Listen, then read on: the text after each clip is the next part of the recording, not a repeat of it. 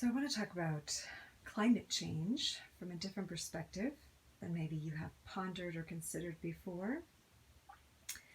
I want you to connect into the planet and realize Gaia is a conscious being just like yourself, that she has all the elements.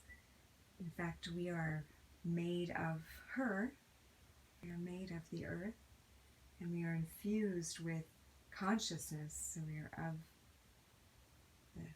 of the all and of the earth. We are a combination. We are blending. And so as we are evolving our consciousness and our bodies are going to also go through changes in their elemental makeup. Our bodies are going to adjust so that they can contain more consciousness and more light. Therefore, we will need certain things that we think are normal to human body. Tissues, organs, glands could have an upgrade, and some may become obsolete at some point, and some other new ones may grow. Like, that is the potential of the human vehicle, though we haven't generally thought of it in that way. But just like our consciousness is reaching, just like plants reach and grow, they begin from a seed and they mature and they start to grow toward the light. They grow toward the sun.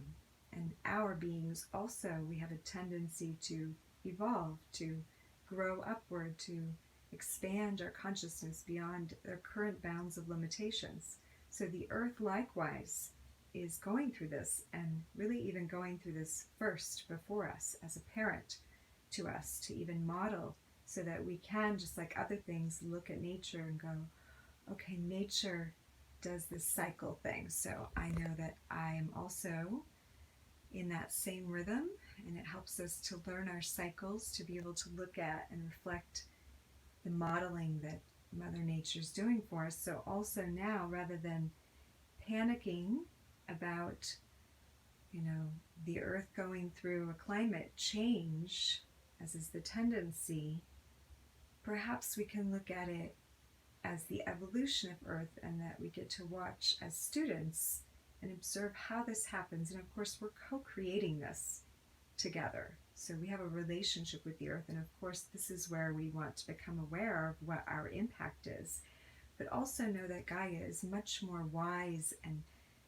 deep, and has longevity beyond what any of us living can remember that we have.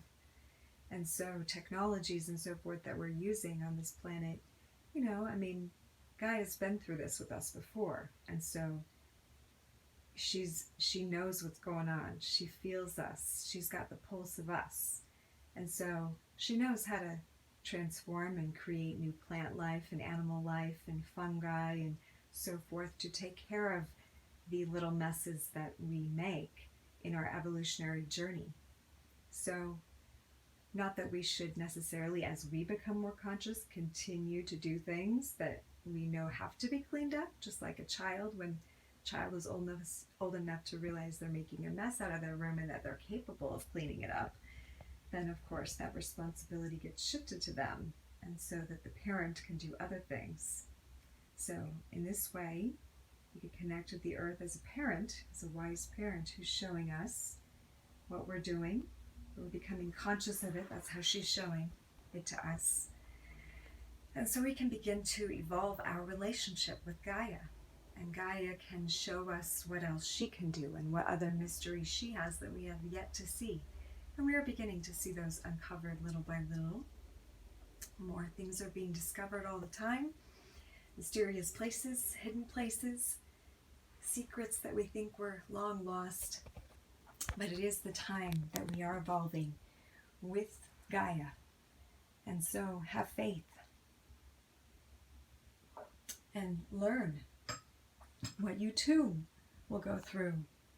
The elemental changes that will occur in your body, in my body, as we go through higher evolutionary cycles and we transform our being so that we can take on more light, more consciousness, and more awareness. and we can evolve with Gaia and with the other planets and with our star beings who are excited and waiting for us to get to a certain point so we can handle in our nervous system seeing them. We can handle in our brains, we can turn on all those areas. So, like a wise parent, I do believe that Gaia is showing us some things right now. So if we look to the earth, to her, to what the changes are that she's going through, temperature changes and landmass changes and so forth, I think it's a good clue for us to look at how that might show up for us in our bodies, and to not freak out and think all is lost when our bodies start to show us these changes. Okay, go out and listen to the earth.